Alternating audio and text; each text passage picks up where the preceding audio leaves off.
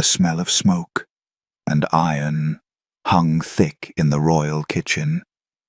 It was dawn in Frostmoor Keep, but the torches still burned, as if the night refused to let go. Shadows trembled against the stone walls, and the fire in the hearth crackled with restless fury.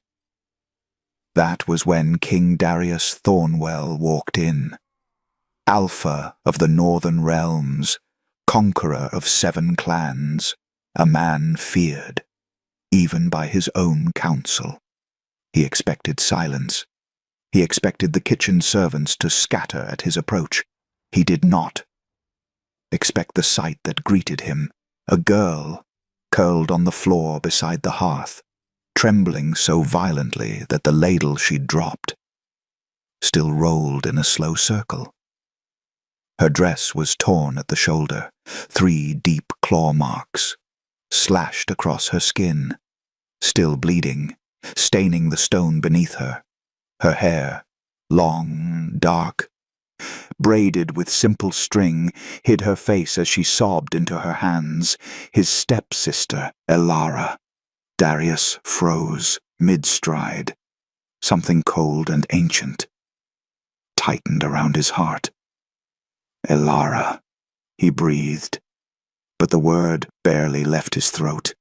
She lifted her head slowly, tears streaking her cheeks, lips trembling, terror shining in eyes that should never have known fear.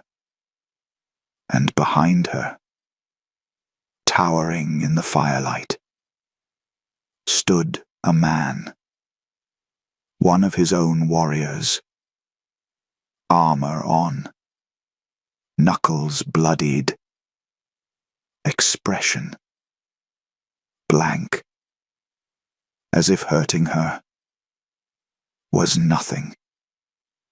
Darius's wolf slammed against his ribcage.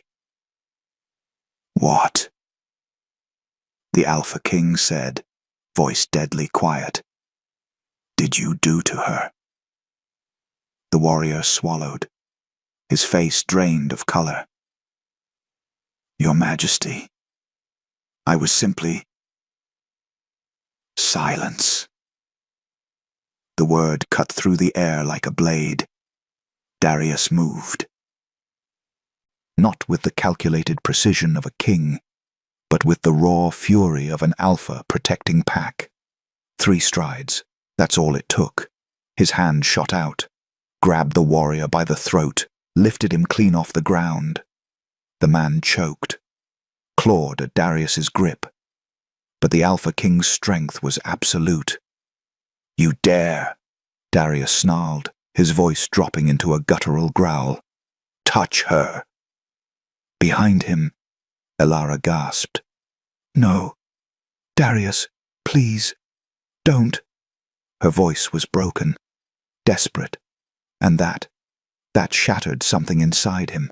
She wasn't begging for justice, she was begging him to stop, protecting her abuser. Darius threw the warrior across the kitchen. The man crashed into a rack of iron pots. Metal clanged, echoed. The warrior groaned, but didn't rise. Smart.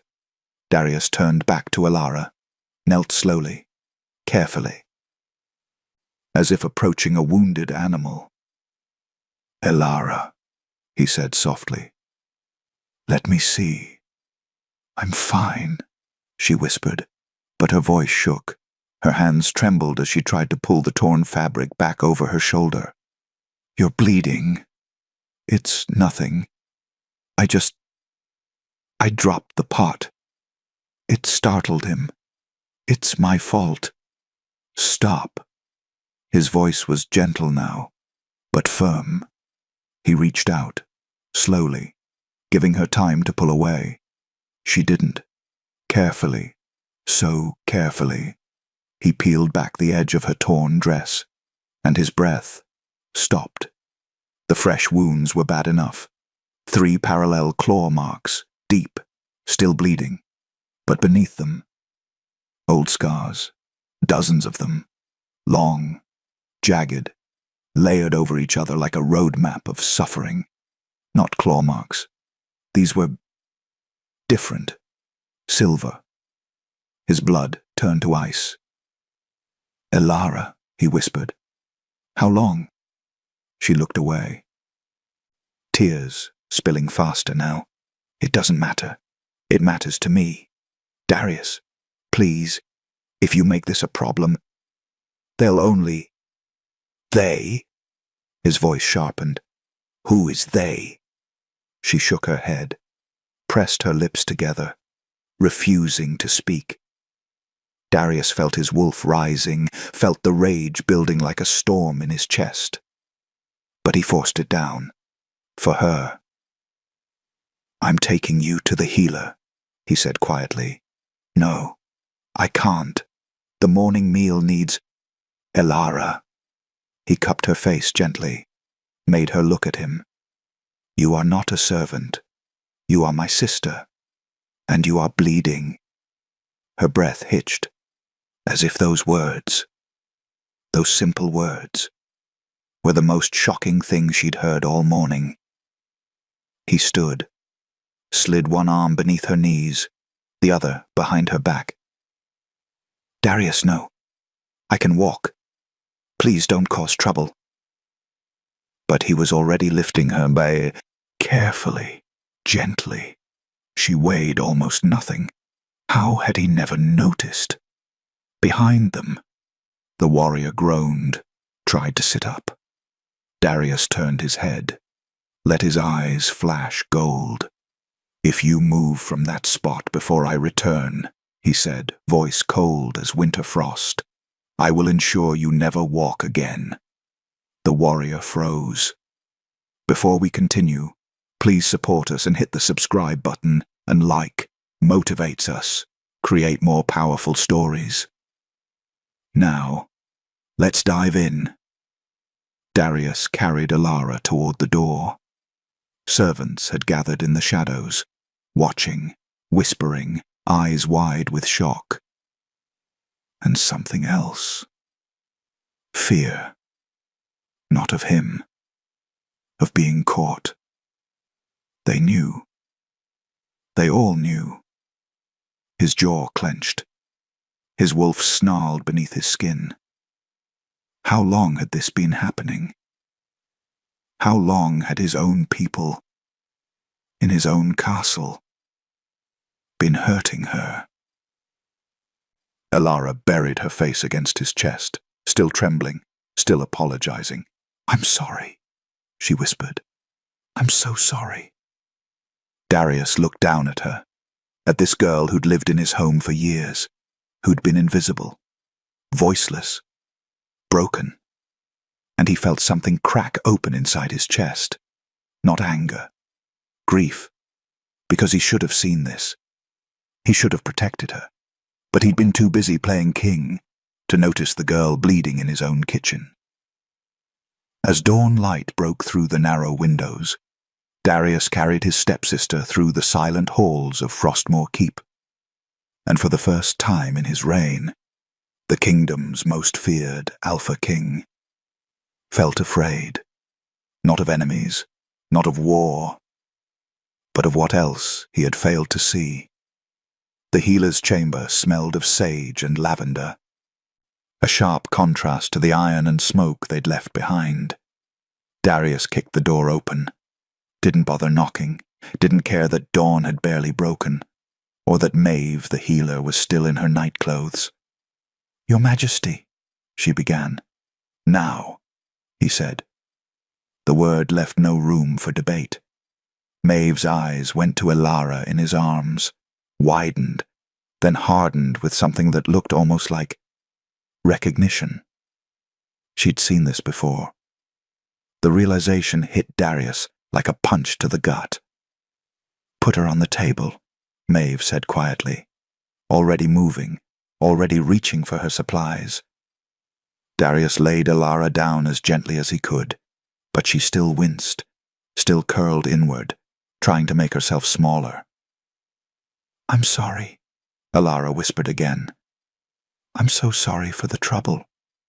"Stop apologizing," Darius said. His voice came out rougher than he meant. Maeve began cleaning the wounds. Her hands, steady, practiced, too practiced. How bad? Darius asked. The fresh wounds will heal, Maeve said carefully. With rest and... I'm not asking about the fresh wounds. Silence. Maeve's hands paused, just for a heartbeat. Then she continued working. Elara turned her face away, stared at the wall, as if she could disappear into the stone itself. Darius stepped closer, lowered his voice. Maeve, tell me. The healer sighed, set down her cloth, met his eyes. Your Majesty, I've been tending her wounds for 3 years. 3 years. The words echoed in his head, hollowed him out. 3 years. He'd been king for 5. Why didn't you tell me? He asked, his voice barely above a whisper. I tried, Maeve said softly. Once. Early on. I was told. It wasn't my place. By who? Maeve glanced at Elara, then back at him, said nothing, but her silence said everything. Darius's hands curled into fists, his wolf pressed against his skin, demanding release, demanding blood. But he forced himself to breathe, to think, to remember. Elara came to Frostmoor when she was 9 years old. He remembered that day, barely. He'd been 17, preparing to leave for the northern borders, his father's voice still ringing in his ears. A king must earn his crown in blood, boy, not birthright. His father's new wife, Queen Annalise, had arrived with a small girl clinging to her skirts, dark-haired, wide-eyed, terrified. This is Elara, Annalise had said, her voice soft, kind. My daughter. Darius had knelt, tried to smile. Hello, little one. Elara had hidden her face, said nothing. He'd left the next morning, didn't return for 2 years. When he came back, Annalise was dead. Fever, they said, swift and merciless. And Elara had changed, quieter, thinner, always hovering in doorways, always apologizing, always invisible. He'd tried to speak with her once, asked if she was well, if she needed anything. She'd stared at the floor, shaken her head, whispered, I'm fine, Your Majesty, then disappeared like smoke. He'd told himself she was just grieving, shy, adjusting to palace life. He'd told himself she'd come to him if something was wrong, but she never did, and he never asked, because he was busy, wars to fight, alliances to forge, a kingdom to secure. Always. Somewhere else. She was 12 when it started, Maeve said quietly, breaking through his thoughts. After Queen Annalise passed, that's when the bruises appeared, then the cuts, then worse. Darius couldn't breathe. 12. A child. Why didn't she tell me? His voice cracked. Because she thought you knew, Maeve said simply. The words hit like a blade between his ribs. She thought... He couldn't finish. She thought you allowed it, Maeve continued. Or didn't care enough to stop it. Darius turned to Elara. She was still staring at the wall, tears streaming silently down her face. Elara, he said, moved to her side, knelt so she couldn't avoid him. Look at me. She shook her head. Please. Slowly. So slowly. She turned.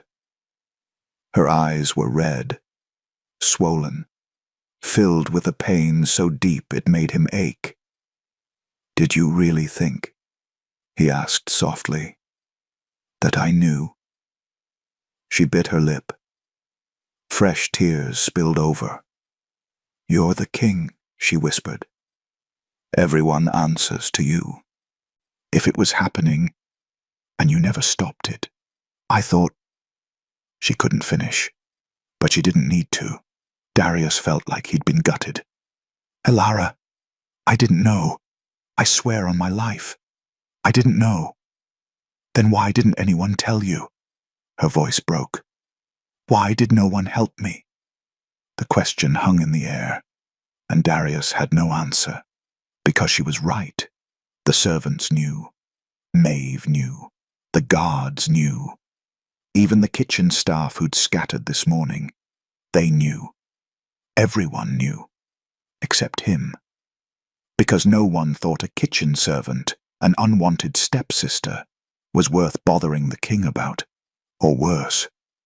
They were afraid. Who did this? He asked, his voice dark, dangerous. Elara shook her head frantically. Please, don't ask me that. Elara, if I tell you, it'll get worse. It always gets worse when nothing will get worse, he said firmly. I promise you. You can't promise that. Her voice rose, desperate. You're always gone. You leave and they're still here and I can't. She dissolved into sobs, and Darius felt his heart shatter. Because she was right. He was always gone, always fighting someone else's battles, while she fought hers alone. Maeve placed a gentle hand on Elara's shoulder. Rest now, child. You're safe. But Elara shook her head. I'm not. I'm never safe. The words were so quiet, so broken, but they echoed through Darius like thunder. He stood, turned to Maeve. Stay with her. Don't let anyone in except me. Where are you going? Maeve asked. To get answers. He strode toward the door, but before he left, he looked back at Elara. Small, wounded, terrified. The girl no one protected, his sister, and he made a vow. Silent, absolute, no more. No more looking away. No more excuses. No more letting her suffer alone. Whatever it took. Whoever was responsible. He would burn this castle to ash before he let anyone hurt her again. Darius didn't leave. He meant to. Meant to storm through the castle. Drag answers from every servant, every guard, every soul who'd watched his sister suffer in silence. But something stopped him. Maeve's hands. They'd gone still, hovering over Elara's shoulder. Her expression, shifting from concern to something darker. Fear. What is it? Darius asked. Maeve didn't answer, just stared at the wounds she was cleaning. Maeve. The healer's jaw tightened. Your Majesty, I need to examine her back. Elara's eyes went wide. No, Elara, I said no. Her voice cracked with panic. She tried to sit up, to pull away, but Maeve held her gently. Child, the healer said softly. He needs to see. No, please, it's fine. They're old. It doesn't matter. But Darius was already moving closer, his wolf screaming beneath his skin. Something was wrong, something worse than he'd already seen. Elara, he said quietly, let me see. Darius, please. Tears streamed down her face. Don't look at me like I'm broken. You're not broken, he said firmly. You're hurt. There's a difference. She stared at him, searching his face for something. Truth, maybe. Safety. Finally, she nodded. just barely. Maeve helped her turn, carefully, slowly. And then she peeled back the torn fabric of Alara's dress. Darius's breath stopped. The fresh claw marks he'd seen earlier were nothing. Beneath them, her entire back was a canvas of scars, dozens of them. No, hundreds. Long, thin, overlapping, some pale with age, others still pink and raised. But it wasn't just the number, it was the pattern. Parallel lines, precise, deliberate, not claw marks, not accidents, whip marks. And something about them made his wolf recoil. "Maeve," he said, his voice hollow, "what am I looking at?" The healer's hands trembled as she traced one of the scars. "Silver," the word hit like thunder. "What?" "These aren't ordinary whip scars," Maeve said quietly. "They're silver lashes. See the discoloration, the way they healed. Wrong? Silver prevents proper healing, leaves permanent marks." Darius felt the room tilt. Silver whips, outlawed for over a century. Used only for one purpose, breaking powerful wolves, torturing them, stripping them of their strength until they couldn't shift, couldn't fight back, couldn't even stand. Tools of the Inquisition, the blood wars, weapons no honorable pack would ever touch. That's impossible," Darius said, but his voice sounded distant, like someone else was speaking. "Silver whips don't exist anymore.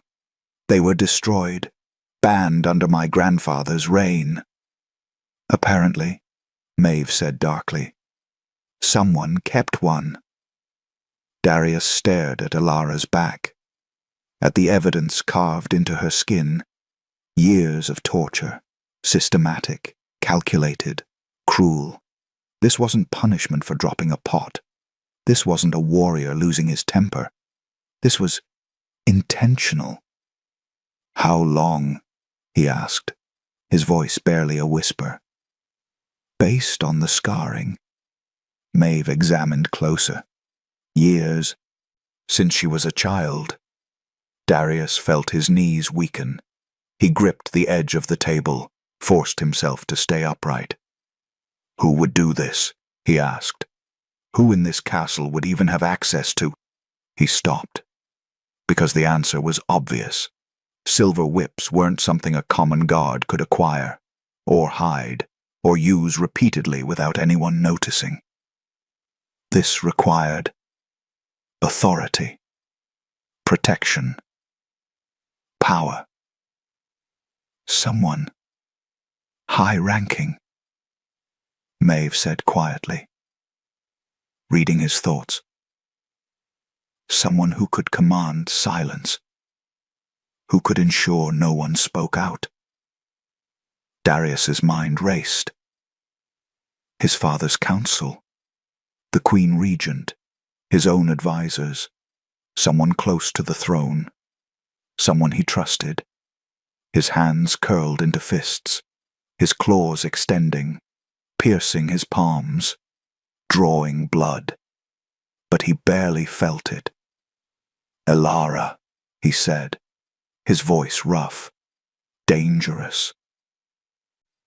"Look at me." She turned her head slowly, eyes red, face streaked with tears. "Who did this to you?" She shook her head, fresh panic flooding her expression. "Alara, I can't. You can. You're safe now. I swear to you, no one will hurt you again." "You don't understand." Her voice broke. "They'll know I told. They'll what?" His voice rose. "They'll hurt you. They've already done that, for years. What could they possibly do that's worse than what they've already— They'll kill me." The words exploded from her, raw, terrified, absolute. Silence crashed through the room. Darius stared at her, at the fear in her eyes. Real fear, not exaggeration, not panic. She believed it. "Elara," he said softly. "Who told you they'd kill you?" She pressed her hands to her face, sobbed harder. "Who made you believe your life was worthless?" "Everyone," she whispered. "Everyone said it. That I was unwanted, a burden. That if I caused problems, if I spoke out, they'd make sure I disappeared. That no one would even notice." Darius felt something inside him shatter. Complete. Irreparable. His sister, 12 years old when this started, told that her life, her existence, was disposable. And she believed it, because no one ever told her different. "Look at me," he said. Moved closer. Knelt beside the table so they were eye level. She lowered her hands, met his gaze. "You are not disposable," he said, each word deliberate, heavy. "You are not unwanted. You are my sister, my blood, and your life, Elara. Your life is worth more than this entire kingdom." Her breath hitched. "But I need you to trust me," he continued. "I need you to tell me who did this, because I swear on my crown, on my wolf, on everything I am, I will not let them touch you again." She stared at him, searching, hoping, but the fear was still there. "I can't," she whispered. "If I tell you, everything will get worse. They'll find a way. They always find a way. Not this time. You don't know that. I do. Because this time, I'm not leaving." Tears spilled down her cheeks. "Please, Elara," he said, his voice cracking. "Please, let me protect you. Let me." "The Queen Regent." The words were so quiet, so broken, but they echoed through Darius like a death knell. "What?" "The Queen Regent," Elara repeated, louder now, shaking. "She ordered it, all of it, the whippings, the punishment, the everything." Darius went very, very still. His stepmother, the woman who'd guided him through his father's death, who'd helped him navigate the council, who'd smiled at him at every state dinner, who'd called him "my dear boy" and praised his leadership. She'd been torturing Elara for years. "Why?" he asked, his voice deadly calm.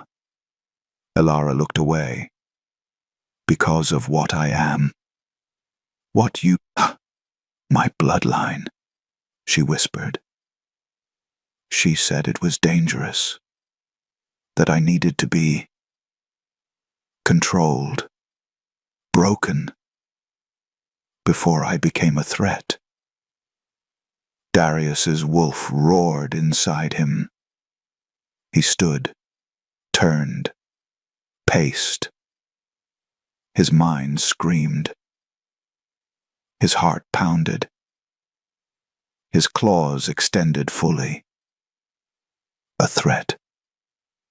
They called a 12-year-old girl. A threat. "Darius," Elara said weakly. "Please, don't do anything. She'll..." "Don't make them angry again," he finished, his voice cold, hollow. She nodded, fresh tears falling. He looked at her.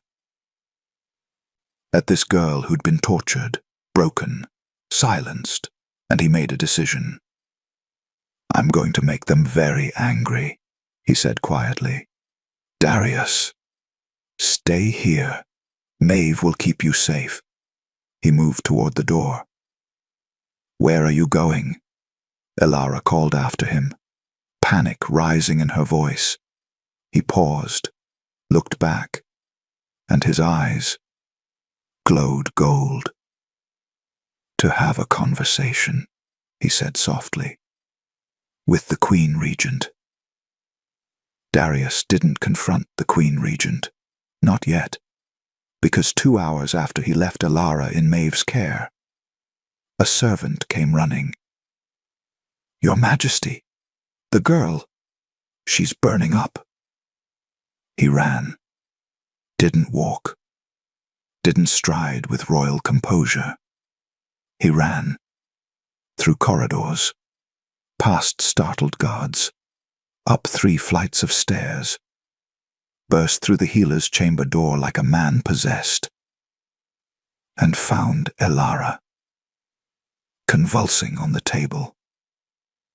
"What's happening?" he demanded.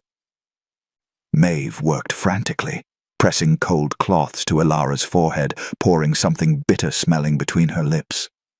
"Wolfsbane," Maeve said, her voice tight, controlled. "It was in the wounds. I didn't catch it earlier. It's been sitting in her system for hours. Will she?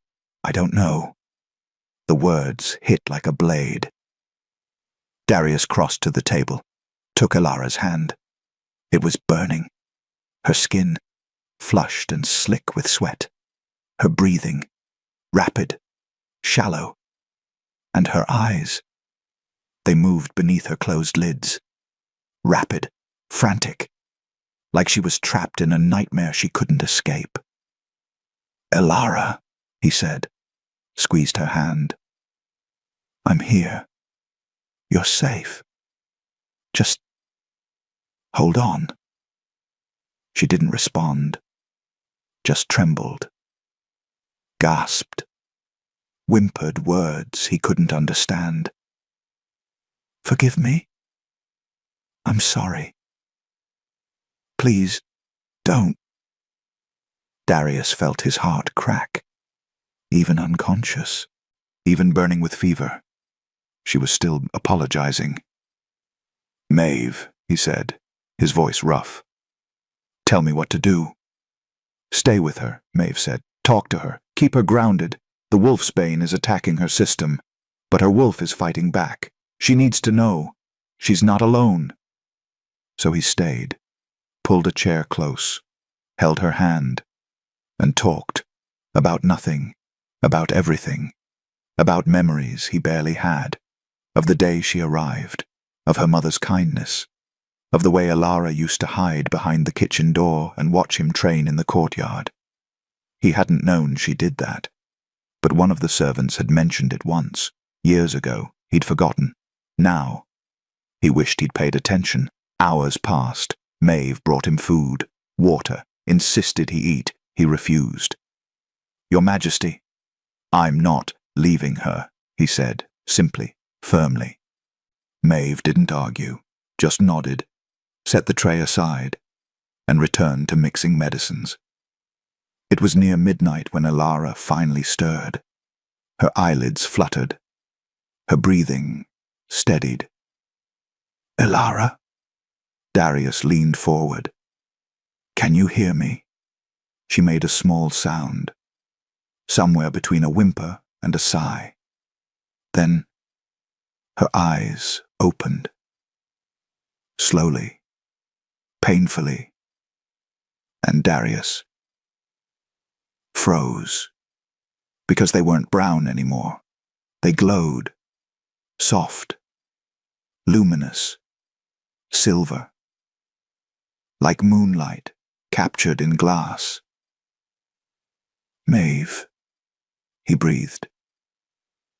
"Maeve, look." But the healer was already there, already staring. Her face pale, shocked.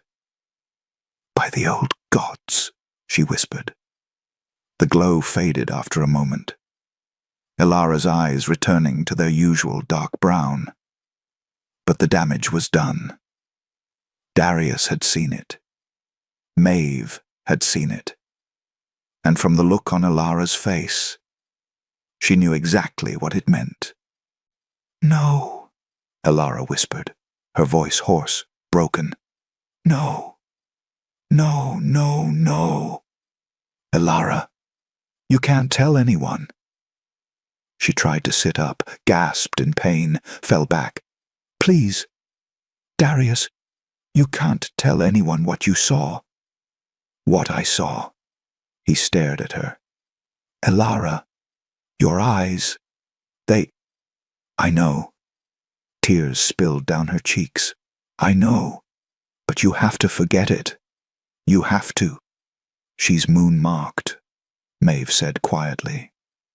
Silence. Thick. Heavy. Absolute. Darius looked at Maeve. "What?"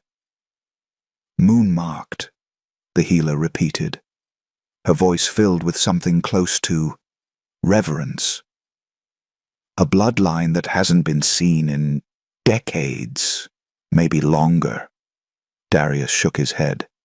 That's a myth, a legend. Moon-marked wolves are real," Maeve said, "and sitting right in front of you." He looked at Elara. She'd turned her face away, sobbing quietly like this. This revelation was the worst thing that could have happened. "I don't understand," Darius said. "What does it mean, moon-marked?" Maeve set down her supplies, moved closer. "The moon-marked are ancient," she said, "born under rare celestial alignments. They carry abilities most wolves can only dream of. Healing, foresight, raw power that can—" She paused, chose her words carefully. "That can challenge even an alpha." Darius's mind raced. Power that could challenge an alpha. No wonder the Queen Regent wanted her broken, controlled, dead. "How long have you known?" he asked Elara gently. She shook her head. "I didn't. Not until recently. The glow started a few months ago. I thought I was dying, that something was wrong with me. I tried to hide it, tried to make it stop." "The abuse," Maeve said, voice dark with understanding. Years of silver whippings, wolfsbane in her food, isolation. It was all designed to suppress her wolf, to keep her power dormant. "But why?" Darius demanded. "Why go to such lengths? She was a child. She posed no threat." "Didn't she?" Maeve asked. "Think, Your Majesty. What happens when a moon-marked wolf comes of age? When their power fully awakens?" Darius stared. "They become leaders," Maeve continued. "Healers. Visionaries. In the old times, they were the ones who crowned kings, who guided packs, who held more influence than the throne itself," Darius finished. His blood ran cold, because suddenly everything made sense. The Queen Regent didn't torture Elara out of cruelty. She did it out of fear. Fear that this girl, this quiet, broken girl, would one day rise. And when she did, she would be unstoppable. "Does the Regent know?" he asked. "About what you are?" Elara nodded weakly. She knew before I did. My mother. She told the Regent before she died. Made her promise to protect me. To help me when my power awakened. A bitter laugh escaped her. Instead, she decided to bury me, to make sure I never became strong enough to be a threat. Darius felt rage, pure and absolute, flood through him. "She won't touch you again," he said, his voice low, deadly. "I swear it. You don't understand." Elara looked at him, eyes red and swollen. "It's not just her. The council knows. The old families know. They all agreed. Moon-marked wolves are dangerous, unpredictable. They wanted me gone." "Then they're all traitors," Darius said simply. "Darius, no." He stood, paced, his wolf snarling beneath his skin. "You are my sister, my blood, and if the council, if the regent, if anyone in this castle thinks they can hurt you and face no consequences, they're wrong." Elara stared at him, like she couldn't quite believe what she was hearing. "Why?" she whispered. "Why do you care so much? I'm nothing. I'm just... Stop." He knelt beside her, took her hand gently. "You are not nothing. You are moon-marked, born under the light of the gods themselves. And more than that, you are my sister. And I failed you once. I will not fail you again." She searched his face, looking for lies, for doubt. She found none. "What are you going to do?" she asked quietly. Darius's jaw tightened. "I'm going to find out exactly who knew about your bloodline, who gave the orders, who stayed silent while you were tortured." He stood, moved toward the door. "And then," he said, voice dark as midnight, "I'm going to make them pay." "Darius." He paused, looked back. "Rest," he said softly. "Heal. And when you're strong enough," he let his eyes glow gold, "I'm going to teach you how to stop hiding and start fighting back." The warrior's name was Corvin. Darius remembered promoting him 2 years ago. Loyal, competent. A soldier who'd served the crown without question. Now, he knelt in chains in the dungeons beneath Frostmoor Keep. And Darius stood before him, barely holding his wolf back. "Look at me," Darius said, his voice quiet, controlled. But beneath it, a storm raged. Corvin kept his eyes on the floor, jaw clenched, defiant. "I said, look at me." Slowly, the warrior raised his head and immediately regretted it, because Darius's eyes glowed gold, bright, furious, barely human. "You have one chance," Darius said. "One. To tell me the truth, to explain why I found you standing over my sister, while she bled on the kitchen floor." Corvin said nothing, just stared. "No?" Darius stepped closer. "Then let me ask you this. How long have you been hurting her?" Silence. Months? Years? Nothing. Darius's claws extended, scraped against the stone wall beside Corvin's head. The warrior flinched. "I'm going to ask you one more time," Darius said, his voice dropping, becoming something other, something primal. "And if you don't answer, I'm going to stop being a king and start being a wolf." Corvin swallowed hard. But still, he stayed silent. Wrong choice. Darius moved, grabbed Corvin by the throat. lifted him off the ground, slammed him against the wall. The warrior choked, clawed at Darius's hand. But the Alpha King's grip was iron. "My sister," Darius snarled, "has scars that will never heal. Wounds that were carved into her skin by people she should have been able to trust. And you were one of them." He tightened his grip. Corvin's face turned red, then purple. "So I'm going to ask you again. Who ordered it?" He loosened his hold, just enough for Corvin to gasp for air. I can't," the warrior wheezed. "Can't, or won't. She'll kill me." Darius went very, very still. "She?" Corvin's eyes widened, realizing his mistake. Too late. "She," Darius repeated, his voice deadly calm. "You just said she.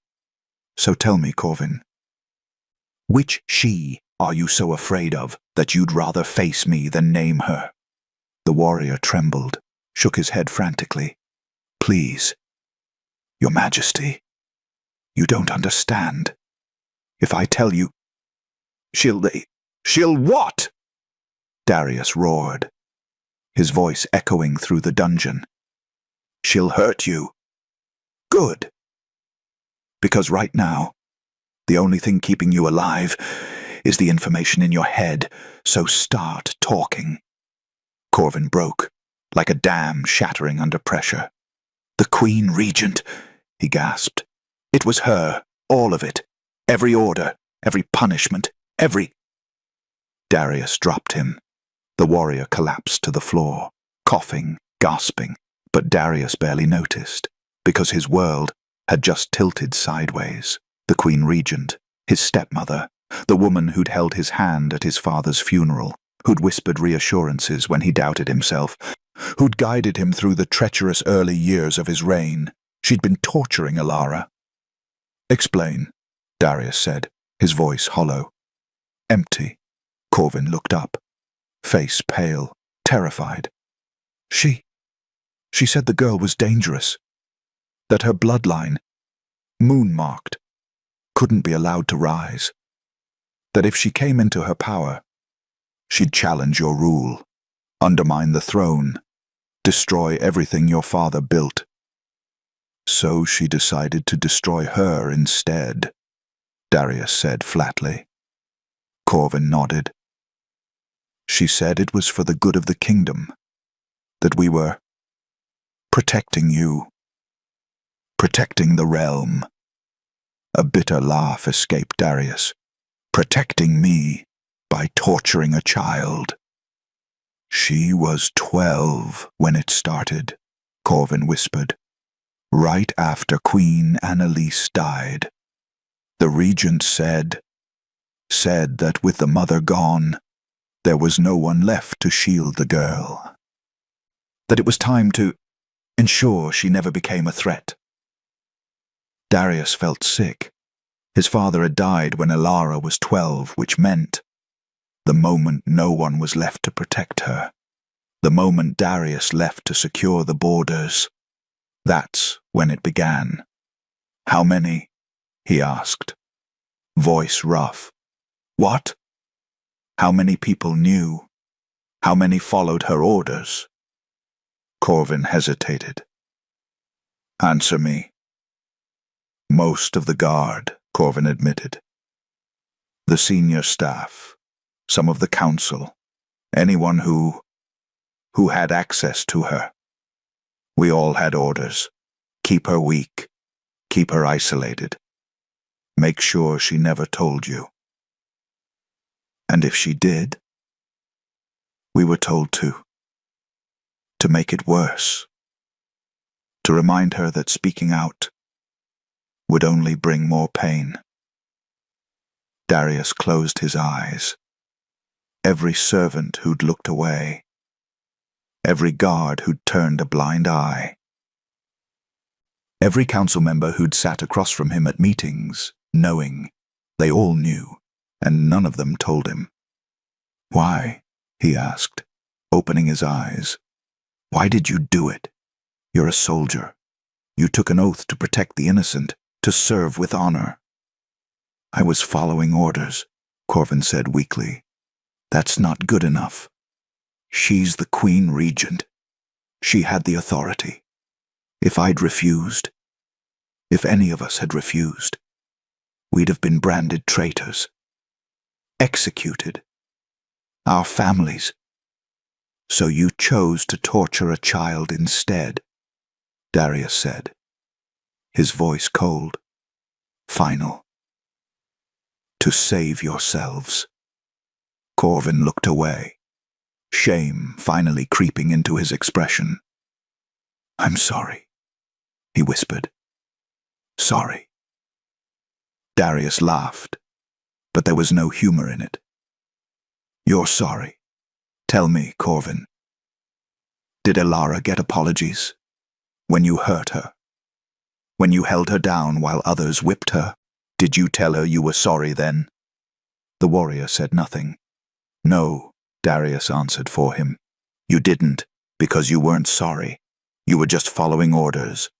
He turned toward the door, paused. "You'll remain here," he said, "under guard, until I decide what to do with you. Your Majesty, pray I show you more mercy than you showed my sister." He started walking. "She said you'd never believe it," Corvin called after him, desperate. "The Regent. She said if the girl ever told you, you'd think she was lying, that you'd never suspect someone so close to the throne." Darius stopped. "She underestimated me," he said quietly. "But she was right about one thing." "What's that?" "You do care about the throne, about stability, about keeping the kingdom strong." Corvin's voice grew bolder. "And if you expose her, if you strip her of her power, the council will fracture, the old families will revolt, everything you've built will crumble." Darius turned slowly, looked at the warrior, and smiled. It was not a kind smile. "Then let it crumble," he said softly. Corvin went pale. "I am the Alpha King," Darius continued, "and if this kingdom, if this council, if these old families believe they can torture my sister and face no consequences, then they don't deserve to stand." He let his eyes glow. "I will burn this castle to ash before I let them hurt her again." The words hung in the air, cold, absolute, terrifying. Then Darius left, climbed the stairs from the dungeon, his mind reeling. The Queen Regent, the woman who'd smiled at him yesterday morning at breakfast, who'd asked about the border negotiations, who'd recommended a new advisor just last week. She'd orchestrated everything, and she'd done it for power. To eliminate a rival bloodline, to secure her own heir's claim to influence, to ensure nothing, no one, could challenge her control. Darius reached the healer's chamber, pushed open the door, found Elara asleep, Maeve watching over her. He moved to her bedside, looked down at this girl, his sister, who'd suffered in silence, who'd believed she deserved it, who'd been told her entire life that she was worthless, all because she was born powerful, born dangerous, born with the blood of legends running through her veins. Darius knelt beside her and made a vow, not just to protect her, but to help her rise, to ensure that everyone who tried to break her would face the woman she was meant to become. "Sleep well, Elara," he whispered, "because when you wake—" His eyes glowed gold in the darkness. "We're going to war." Darius found her by the fire. 3 days had passed since the interrogation, since he'd learned the truth. 3 days of rage, of planning, of barely sleeping. But tonight, he needed answers only she could give. Elara sat in a chair near the hearth, wrapped in blankets, staring into the flames. She looked small, fragile, like a single strong wind could shatter her. Maeve had said she was healing, that the fever had broken, that the wounds were closing. But Darius could see. Some wounds ran deeper than flesh. "Elara," he said softly. She didn't turn, didn't acknowledge him, just kept staring at the fire. He moved closer, pulled a chair beside hers, sat. For a long moment, neither spoke, just the crackle of flames, the whisper of wind against stone. Finally, Darius broke the silence. "Why didn't you tell me?" Elara's breath hitched, almost imperceptibly, but she still didn't look at him. "I need to understand," he continued, his voice gentle, careful. "You lived in this castle for years, suffered, things no one should ever endure. And I was here. I was your brother, your family. So why? Why didn't you come to me?" Silence. "Elara, please." "Because you were the king," she whispered. The words were so quiet, so broken, but they hit him like a physical blow. "What?" "You were the king," she repeated, louder now. "And I was nobody. The unwanted stepsister. The girl who didn't belong. Why would you care?" "Because you're my sister." "Am I?" She turned finally, met his eyes, and he saw everything. All the pain, all the doubt, all the years of isolation. "Really, Darius? When did you ever treat me like your sister?" The question hung in the air, and Darius had no answer. Because she was right. He'd barely spoken to her, barely acknowledged her existence. She'd been invisible. "You left," Elara said, her voice cracking. "Right after my mother married your father. You left for the borders. And you stayed gone for 2 years.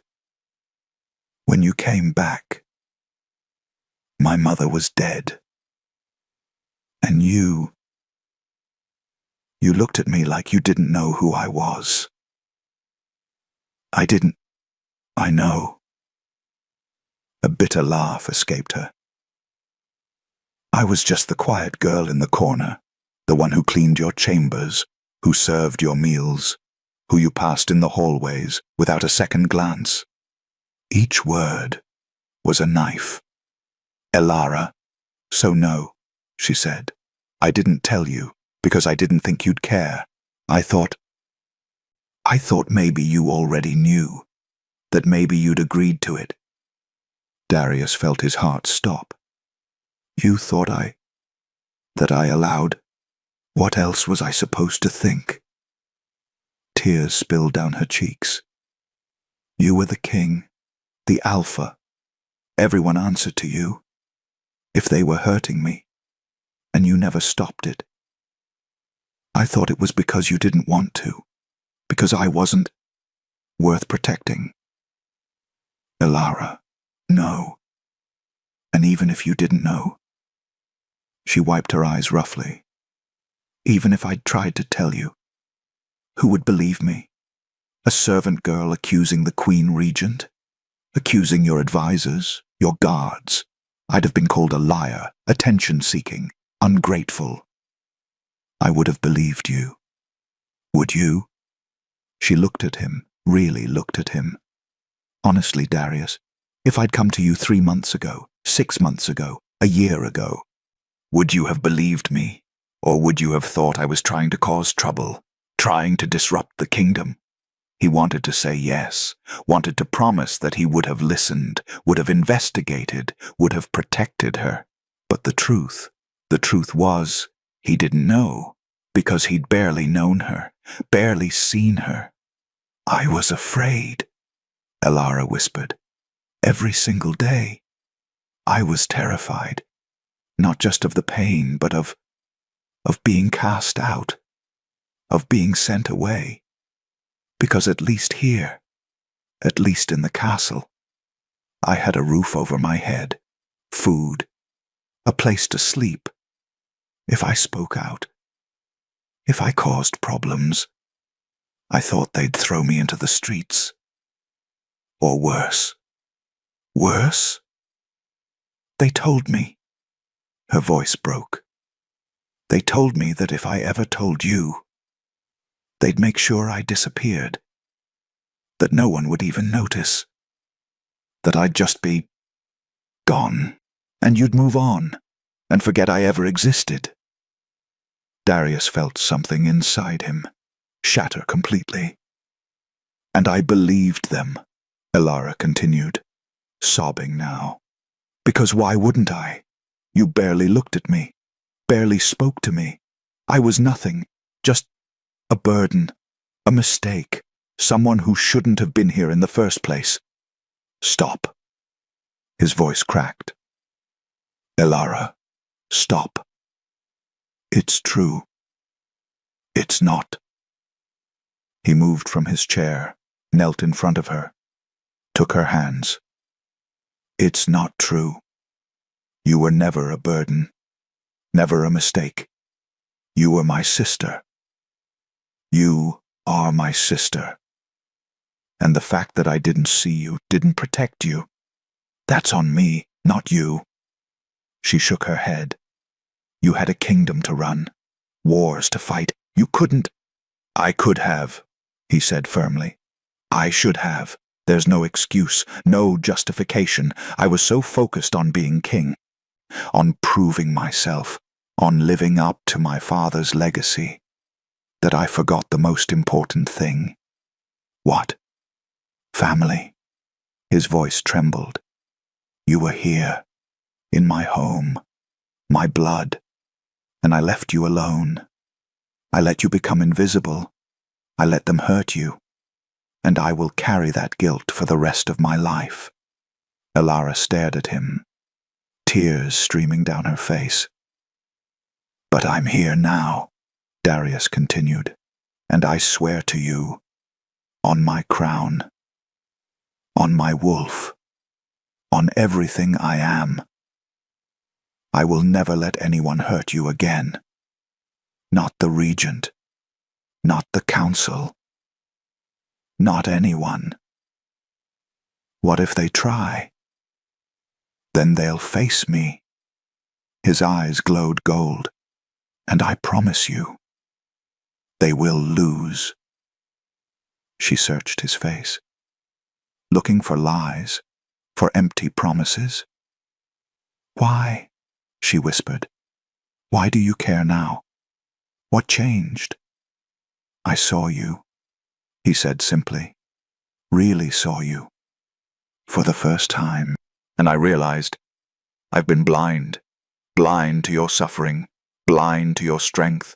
Blind to the fact that you survived years of torture. And you're still here. Still fighting. Still alive. He squeezed her hands gently. You're not weak, Elara. You're not worthless. You're not a burden. You're a survivor. And you're stronger than anyone in this castle, including me. Her breath hitched. I don't feel strong, she whispered. You don't have to, he said. Not yet. But you will. Because I'm going to help you. I'm going to stand beside you. And together, we're going to make sure Everyone who hurt you pays. I'm scared, she admitted, voice small, broken. I know. He reached up, wiped a tear from her cheek. But you don't have to be scared alone anymore. She closed her eyes, fresh tears falling. I'm sorry I didn't tell you, she whispered. Don't. His voice was firm but gentle. Don't apologize. Not for this. Not for surviving. Not for protecting yourself the only way you knew how. He stood, pulled her into his arms, held her as she sobbed into his chest.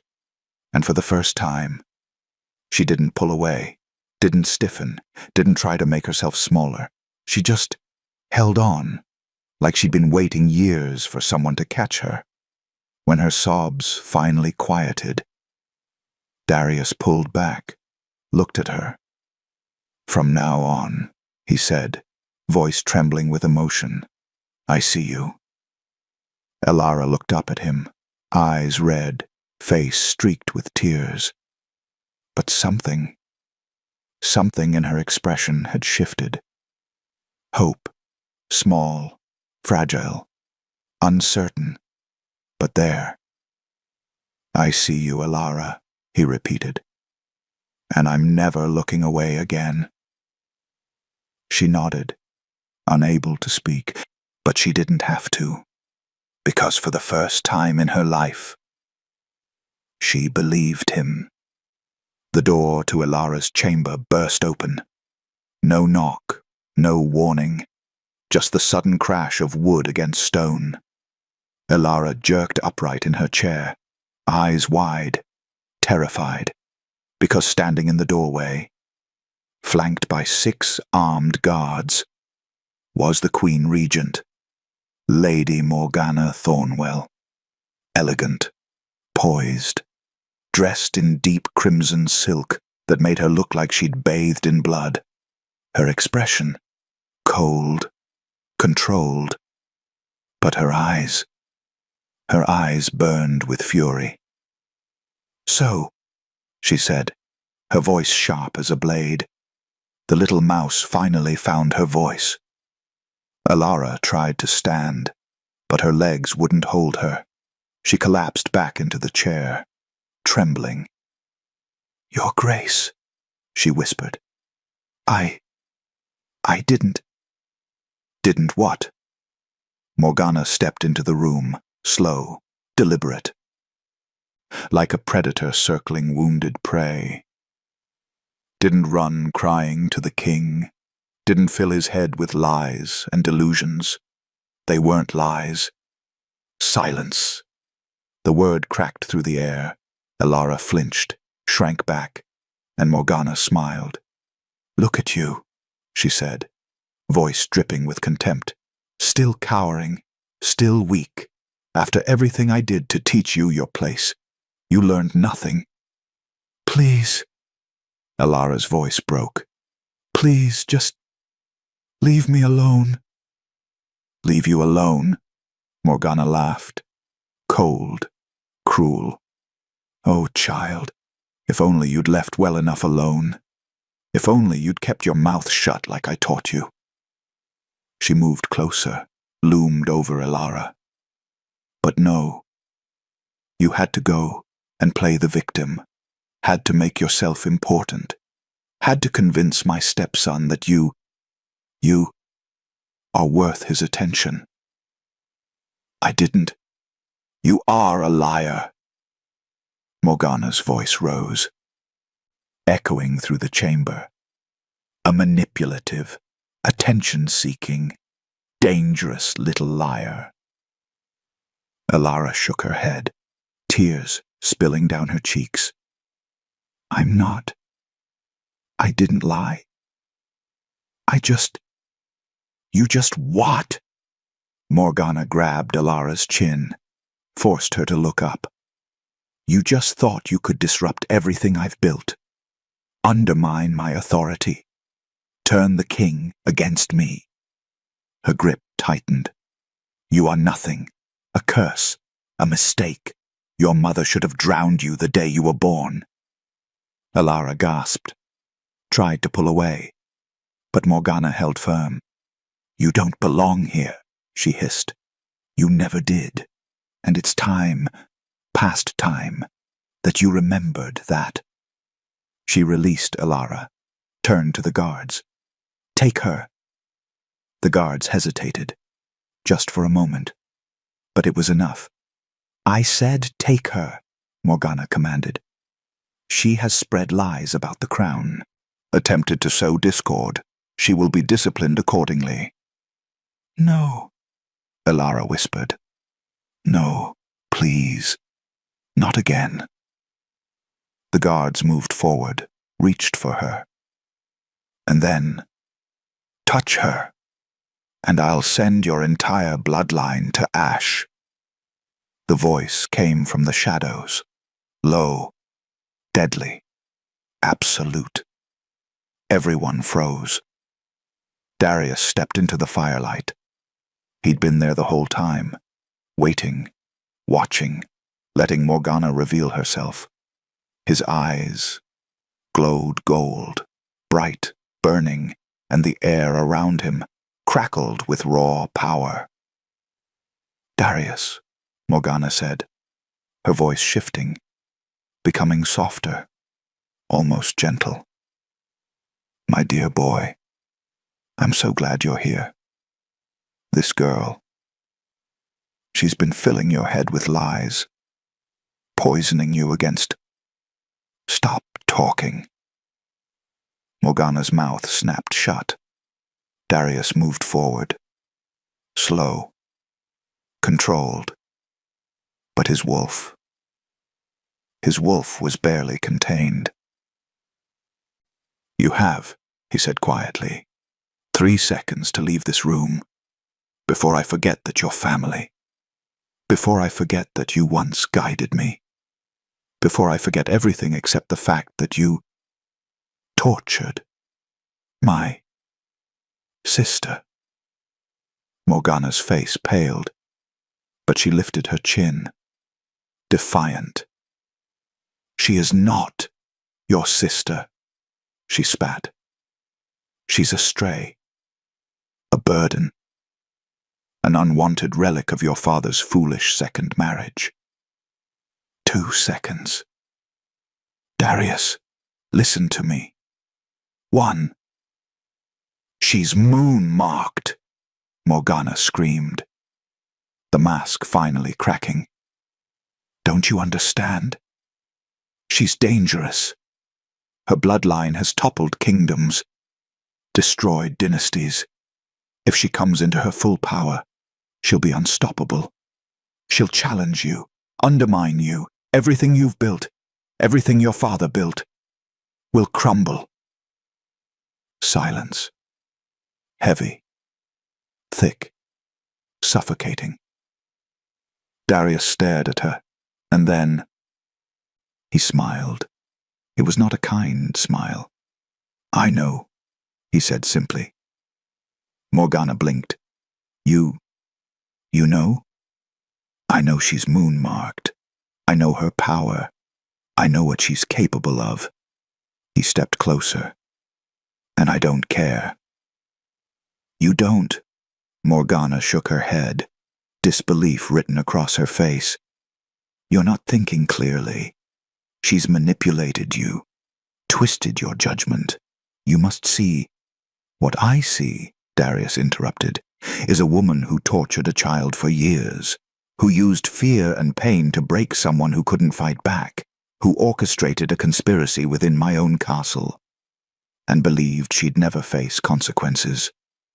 He let his claws extend. "You were wrong." Morgana took a step back. For the first time, fear flickered in her eyes. "I am the Queen Regent," she said, voice rising, desperate. "I have authority granted by your father. By the council. You cannot simply—" "I can." Darius's voice was ice. "I am the Alpha King, and as of this moment, you are stripped of your title, your authority, your position in this court. You can't do this." I just did. The council will never allow. The council, Darius said, will do as I command, or they will join you in exile. Morgana's face twisted, rage and panic warring for dominance. You fool, she hissed. You have no idea what you're protecting. She's not some innocent victim. She's a weapon, a threat, and the moment she realizes her full power, she'll destroy everything you love. Then I'll stand beside her when she does. You're signing your own death warrant. No. Darius moved to stand beside Alara, placed a protective hand on her shoulder. I'm correcting a mistake I should have fixed years ago. Morgana looked between them, between the king and the broken girl he was defending, and something in her snapped. You're weak, she spat. Just like your father, sentimental, foolish, willing to sacrifice everything for a girl who means nothing. Get out. She will doom this kingdom. Mark my words, Darius. Her dangerous nature, her cursed bloodline, it will bring ruin to us all. Get out! The roar shook the chamber. The guards jumped, the torches flickered, and Morgana, finally, backed toward the door. But before she left, she looked at Alara and smiled, cold, cruel, promising. This isn't over, she said quietly. You may have the king's protection now, little mouse, but it won't last. It never does. And when he finally sees what you really are. She leaned closer. I'll be waiting. Then she turned and swept from the room. The guards followed. The door slammed shut. Silence. Alara sat frozen, shaking, barely breathing. Darius knelt beside her, took her hand. She's gone, he said softly. She can't hurt you anymore. But Alara shook her head. She will, she whispered. You heard her. She won't stop. She'll find a way. She always finds a way. Then we'll be ready. Darius, what if she's right? What if I really am dangerous? What if my power? What if it? Then we'll face it together, he said firmly. You and me, whatever comes, we face it together. Alara looked at him, tears streaming down her face. And for the first time, she wasn't sure if they were tears of fear or tears of hope. They came at midnight, when the castle slept, when even the torches burned low. Darius heard them before he saw them.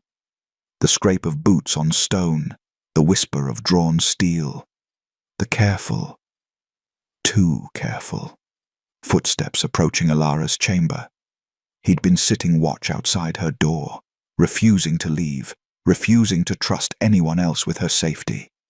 Now, he stood, drew his sword, and waited. 10 guards rounded the corner, armor dark, faces covered, moving with the precision of trained soldiers, not random attackers, assassins. Going somewhere? Darius asked, his voice calm, deadly. The lead guard stopped, hand on his weapon. Your Majesty, he said, voice muffled behind a black cloth mask. Step aside. This doesn't concern you. Everything in this castle concerns me. The regent gave orders. The regent, Darius interrupted, has no authority. Not anymore. So I'll ask you once. Turn around, leave, and I'll pretend this never happened. The guards exchanged glances. Then they drew their weapons. Wrong choice, Darius said, and attacked. He moved like lightning, sword flashing in the dim torchlight. The first guard went down without a sound. The second blocked, barely. But Darius wasn't just a king. He was an alpha, and his wolf, was done being patient. He shifted partially, claws extending, eyes glowing, strength multiplying. 3 more guards fell, then 4. But they kept coming, kept pressing, kept trying to get past him to the door, to Elara. Inside the chamber, he heard her scream, not pain, fear, because the door was splintering. More guards, coming from the servants' entrance. Darius roared, turned, tried to reach her, but a blade caught his shoulder. Drove deep, he snarled, grabbed the guard's arm, broke it, but it cost him precious seconds. The door burst open, and guards flooded into Elara's chamber. No! Darius threw himself through the doorway, found chaos. 6 guards, surrounding Elara, grabbing her, dragging her from the bed. She fought, kicked, screamed, but she was weak, still healing, still human. Darius crashed into them, claws tearing, sword swinging. But there were too many. One grabbed Elara's hair, yanked her head back, pressed a blade to her throat. "Stop," the guard commanded, "or she dies." Darius froze, blood dripping from his claws, chest heaving, eyes blazing gold. "Let her go," he said, voice barely controlled. "The Regent wants her dead," the guard said. "And we follow the Regent. The Regent is a traitor. She's our queen. She's nothing." The guard pressed the blade closer, drew a thin line of blood across Elara's throat. She whimpered, eyes squeezed shut, trembling violently. And Darius felt his world narrow to a single point. The girl he'd failed, the sister he'd finally found, about to die because of him. "Please," he said, voice cracking. "Please don't. I'm sorry," Elara whispered. Darius blinked. "What?" "I'm sorry," she repeated, tears streaming. "I'm sorry for all of this. For being a burden. For causing trouble. For... Elara, no. I'm sorry. I couldn't control it." Her eyes opened, and they glowed, silver, bright as the full moon. The guard holding her gasped. "What?" Light exploded from Elara's body, pure, blinding, beautiful. A shockwave of raw power erupted outward. Every guard was thrown back, slammed into walls, crashed to the floor. Even Darius felt the force of it, like standing in a hurricane. But he didn't fall. His alpha blood, his connection to her, kept him anchored. He watched, stunned, as Elara rose, not stumbling, not weak, rising. Her feet left the ground just slightly, as if gravity had less hold on her. Her hair lifted, floating in an invisible wind.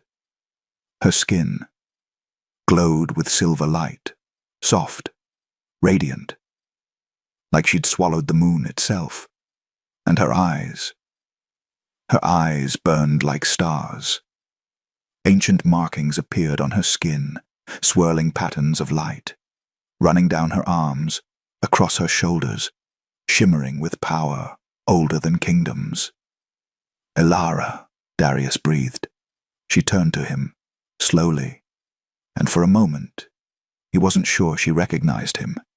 Her expression was distant, ancient, something other looked out from behind her eyes. Then she blinked, and she was Elara again, terrified, confused, overwhelmed. "Darius?" Her voice trembled. What's happening to me?" "Your power," he said softly. "It's awakening." I can't stop it." "Don't." He stepped closer, carefully. "Don't stop it. Let it come. I'm scared." "I know, but you're not alone. I'm right here.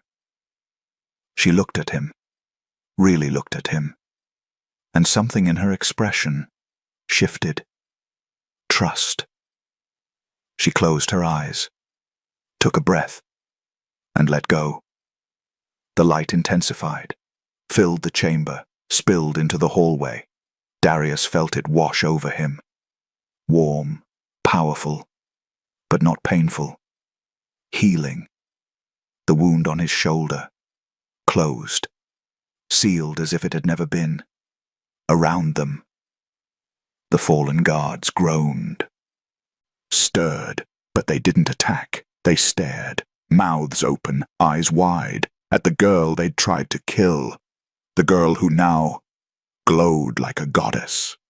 One of the guards dropped his weapon, fell to his knees. "Moon-marked," he whispered. "She's moon-marked." Another guard followed, then another, kneeling, not in defeat, in reverence, because they recognized what stood before them. Not a servant girl, not a weak Omega, a Luna, ancient, powerful, born under the blessing of the moon itself. Footsteps echoed from the hallway, slow, unsteady. The Queen Regent appeared in the doorway, face pale, eyes wide, leaning against the frame for support. She'd felt the power, been knocked unconscious by the shockwave. Now, she stared at Alara, at the girl she'd tortured for years, the girl who was supposed to stay broken. "No," Morgana whispered. "No, this isn't. You were supposed to be weak. I made sure the silver, the wolfsbane, it should have." "You failed," Darius said quietly. Morgana's legs gave out. She collapsed, caught herself against the doorframe. "This is impossible," she breathed. "I kept her suppressed. I kept her contained. She shouldn't have been able to—" "You can't cage the moon," Alara said. Her voice had changed, deeper, resonant, echoing with power. She stepped forward, light trailing behind her like a cloak. Morgana shrank back. "Stay away from me. You hurt me," Alara said. Each word measured, heavy. "For years, you told me I was worthless, dangerous, a curse. You are dangerous." "Yes." Alara stopped, looked down at the woman who'd tormented her. "I am, but not the way you feared." She knelt, slowly, until they were eye level. "I'm not dangerous because I'll destroy," she said softly. "I'm dangerous because I'll heal what you've broken. I'll protect what you've hurt. I'll stand for those who have no voice." Tears streamed down Morgana's face. "You were supposed to disappear," she whispered. "I know." Alara's expression was almost sad. "But I didn't. And now, you have to answer for what you've done." The light around Alara pulsed, and Morgana finally broke, sobbing, collapsing fully to the floor. Defeated. Not by violence, but by the realization that the girl she'd tried to destroy had become everything she feared. Alara stood, turned to Darius.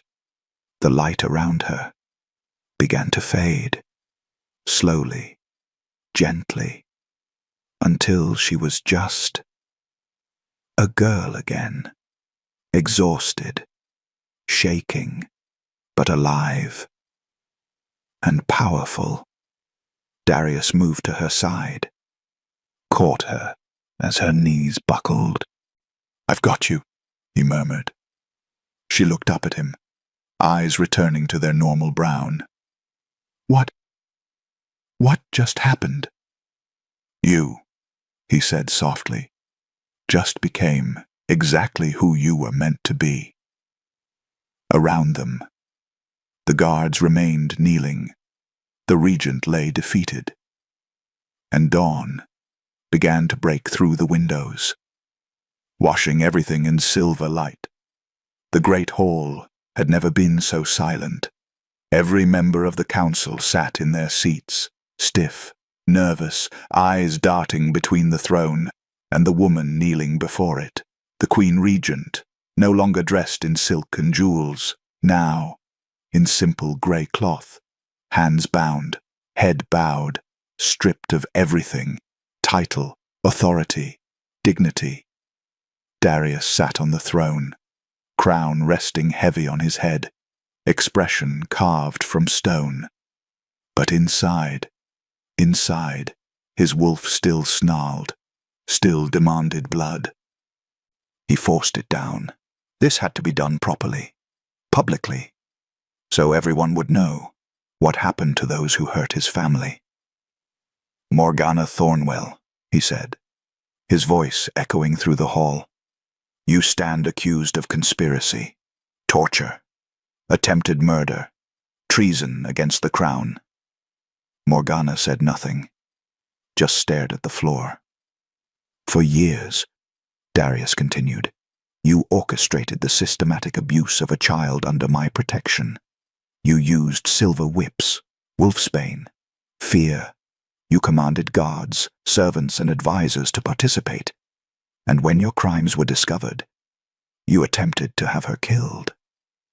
Murmurs rippled through the council. Some looked shocked, others looked away.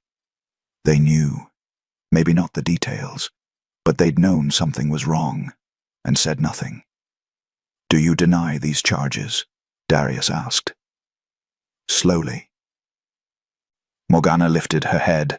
Her eyes were hollow, empty. No, she said, voice flat. I don't deny them. More murmurs, louder now. Then you understand, Darius said, that the penalty for treason is death. Silence crashed through the hall. Morgana smiled, bitter, broken. Do it, she said. End this. I've already lost everything that mattered. Darius stared at her. He wanted to. Gods, how he wanted to. Wanted to shift. To let his wolf tear her apart. To make her feel even a fraction of the pain she'd inflicted. But he looked to his right, where Alara stood. She'd insisted on being here, on watching, on seeing justice done. She wore a simple dress, blue like the morning sky, her hair braided with silver thread.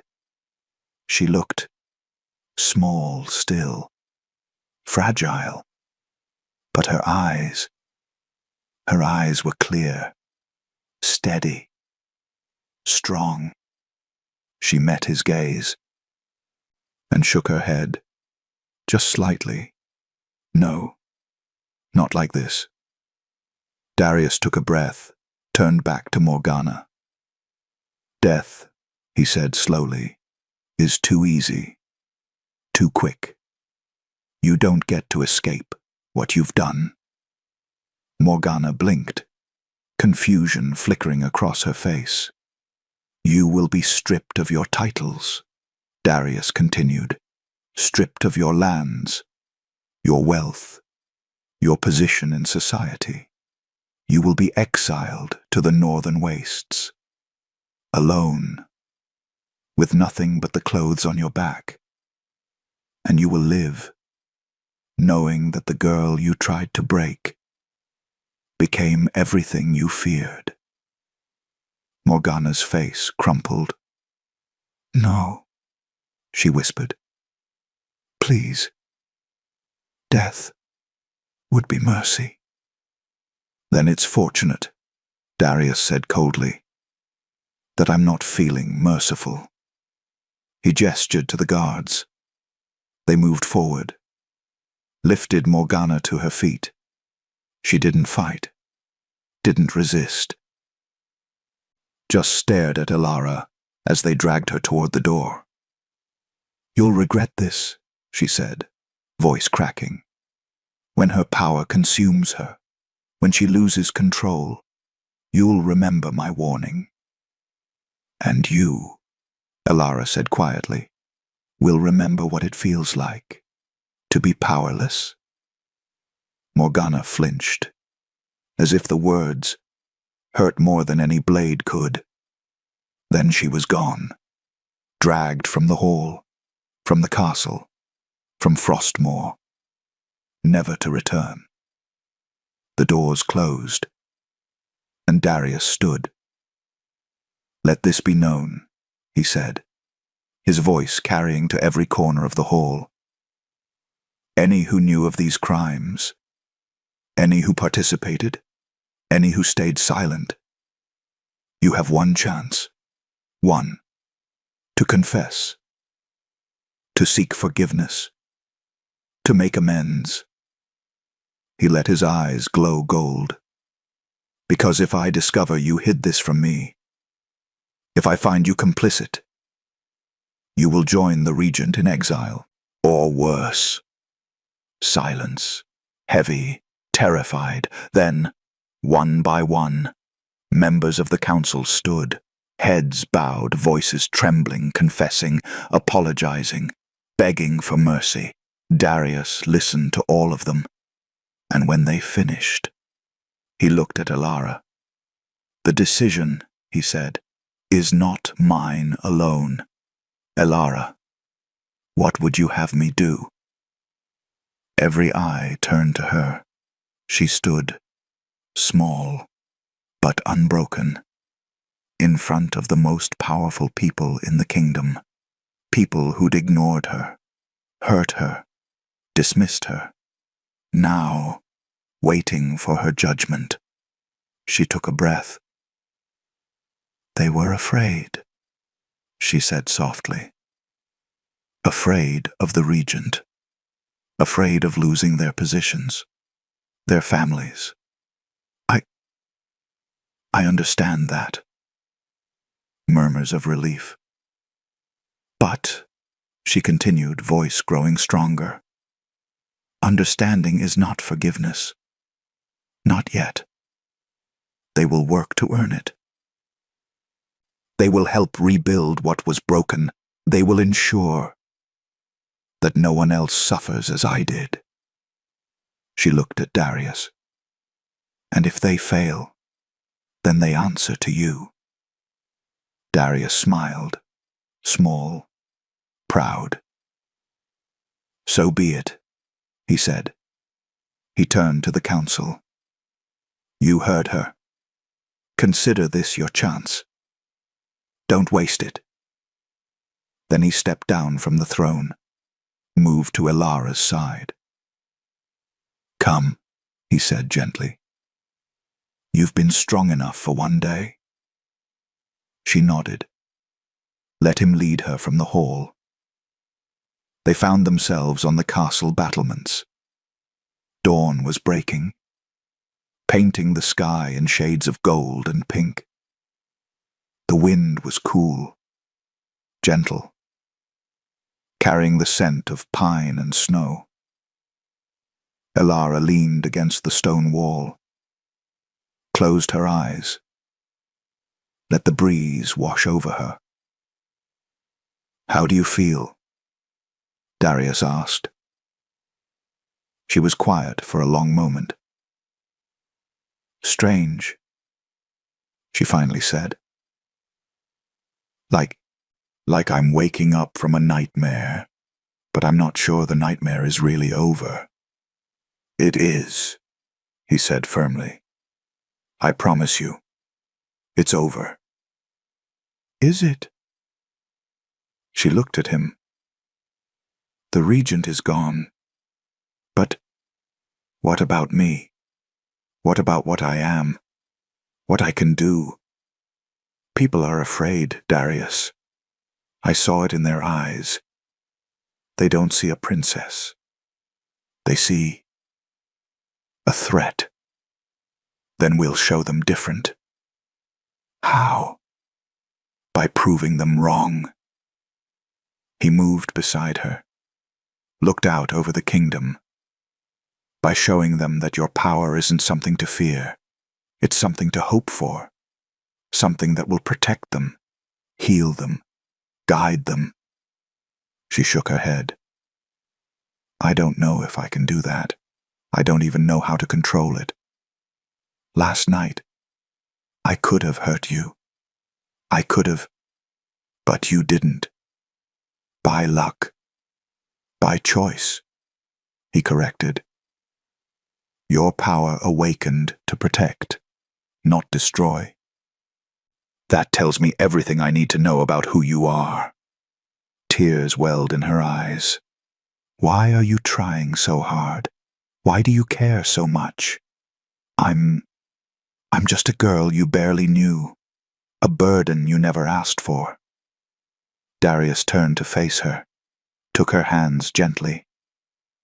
Because I failed you once, he said, his voice soft, raw. I failed to see you, failed to protect you, failed to be the brother you needed, and I will spend the rest of my life making sure I never fail you again. A tear slipped down her cheek. You don't have to. I do, he said. Not because I have to, but because I want to. Because you're my sister, my family, and I'm not letting you face this world alone anymore.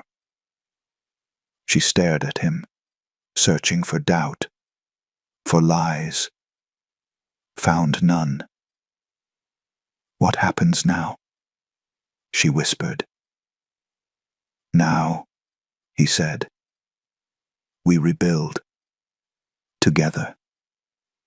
An alpha king. And a moon-marked Luna. We show this kingdom, this world, what family really means. He squeezed her hands. And we make sure that no one ever makes you feel powerless again. She nodded, unable to speak. But she didn't need to, because for the first time in her life, she felt safe. She felt seen. She felt home. They stood together on the battlements, watching the sun rise over Frostmoor. Two survivors, two fighters, two souls, who'd found each other in the darkness and discovered they were never meant to be alone. An alpha king and a moon-marked Luna, brother and sister, family. The dawn broke full and bright, and with it, a new future began. You've just listened to another story from the Moonlight Romance Library. If you're part of the pack now, show it. Hit that subscribe button and tell me where you're listening from. New episodes drop every week, and every single one is made just for you, my wild romantic hearts.